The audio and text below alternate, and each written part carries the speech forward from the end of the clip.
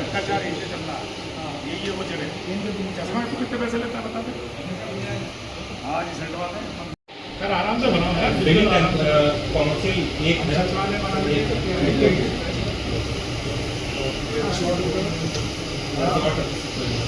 ये बेचारा यहाँ पे बिल्डिंग सबका हिस्सा होता रहेगा।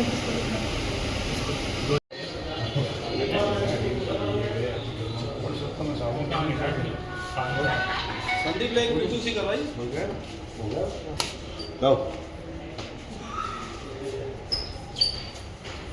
आराम से हटो यार तुम अंदर बच्चे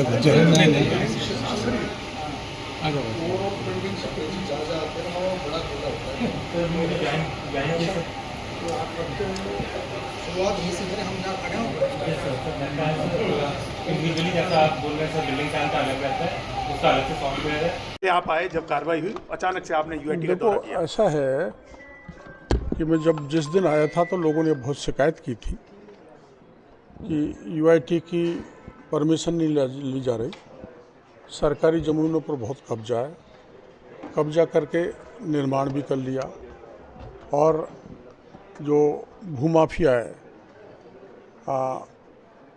वो बेखौफ हैं।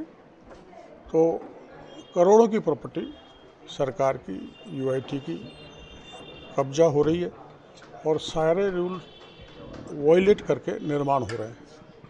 तो उस दृष्टि से मैं आज जानकारी लेने यहाँ दफ्तर में आया था तो आपने सब सुन लिया।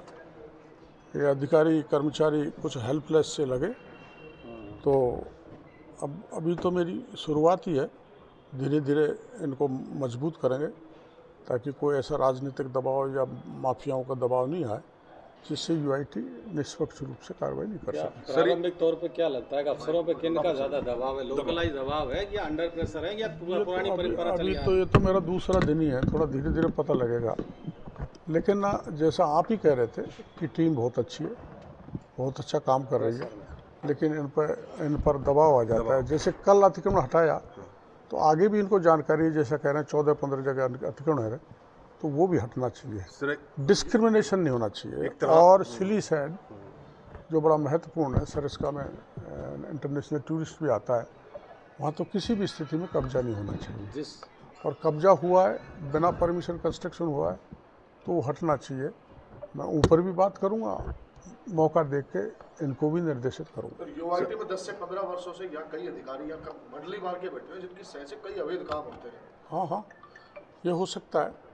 मेरे को अब जानकारी मिलना चालू हुई है तो मैं पूरा प्रयास करूँगा कि सरकारी ज़मीन लुटे नहीं, माफिया किसी गरीब पर अत्याचार करे नहीं और जनता को राहत मिले। आपकी पार्टी के नेता की ज़मीन थी जो कल अतिक्रमण हटाया, तो आपके का संज्ञान में था कि पार्टी का नेता है?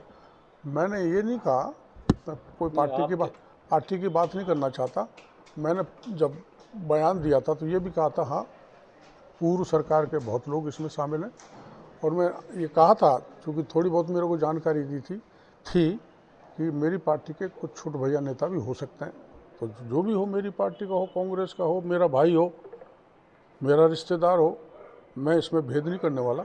जिस किसी का भी मिलेगा तो निष्पक्षता से पूरी कार्रवाई करेंगे। आने के बाद में इतना ज़रूर हुआ है कि जिस नेता की ज़मीन पर अतिक्रमण हटा है उसी नेता ने मंदिर माफी की ज़मीन पे भी डिक्री लेने के लिए आवेदन कर रखा है। अगर आपका ये दस्तक यहाँ नहीं होती तो कुछ दिन बाद आपको पता लगा कि उसने मंदिर माफी ज़मीन पे भी डिक्री ले ली होती। कर लेते हैं लोग बात, क्या है लोगों का ये, मैं इसको कुकर्म कहूँगा जो मंदिर माफी की ज़मीन को भी नहीं छोड़ें, करते हैं। सरकारी मशीनरी भी कुछ ऐसी है, दबाव में आ जाते हैं, कुछ लेन देन हो जाते हैं, ऐसे हो जाता है। लेकिन पीछे पड़ेंगे तो कोई काम कठिन नहीं है, इनका इलाज हो जाएगा। सूचना मिली होगी आपको कि जहाँ जहाँ अतिक्रमण हटाया जाता है उन जमीनों के भाव आसमान छूने लग जाते हैं, फिर ये अतिक्रमण अधिकारी नहीं जाते। क्या आपने पता किया इस बारे में? नहीं, अतिक्रमण हट जाते हैं वहाँ तो फिर उस ज़मीन को कोई खरीदता नहीं आसानी से। नहीं, पर ये संपत्ति का बोर्ड भी नहीं लगाते, पर उस पर तुरंत भूमाफिया मिलके बड़ी पैसा काट देते हैं। उसमें भूमाफिया प्लस राजनीतिक तंत्र प्लस सरकार का तंत्र मिल जाता है। ये इट इज़ एवरीवेयर। उसको तोड़ेंगे और सरकार की प्रॉपर्टी को सर बचाएं। आपने विपक्ष में रहते हुए भी बहुत मुद्दे उठाए और सबसे आगे रहे करप्शन के खिलाफ। आप सत्ता में अब हो भी खिलाफ अब भी खिलाफ है। वो त्रान होम डेवलपर्स एक बहुत बड़ा डेवलपर है हाँ। जिसने सोसाइटी के निवासियों के साथ गड़बड़ कर रखी है। कई सारे प्रकरण विचाराधीन है। पूर्व में कई अधिकारियों कर्मचारियों के द्वारा उनको प्रोटेक्शन किया गया, लेआउट अलग अलग बना करके उसको गलत किया गया। इवन ग्रीन लैंड पे आपने भी ये कंप्लेंट शिकायत की है, उस पर तो क्या मानते मेरे हैं? को जानकारी किसी यहाँ के व्यक्ति ने दी थी, जिसका लेटर मैंने चीफ सेक्रेटरी को लिखा था। चीफ सेक्रेटरी ने फीडबैक मंगवाया था और उसमें कार्रवाई करने के निर्देश दिए थे।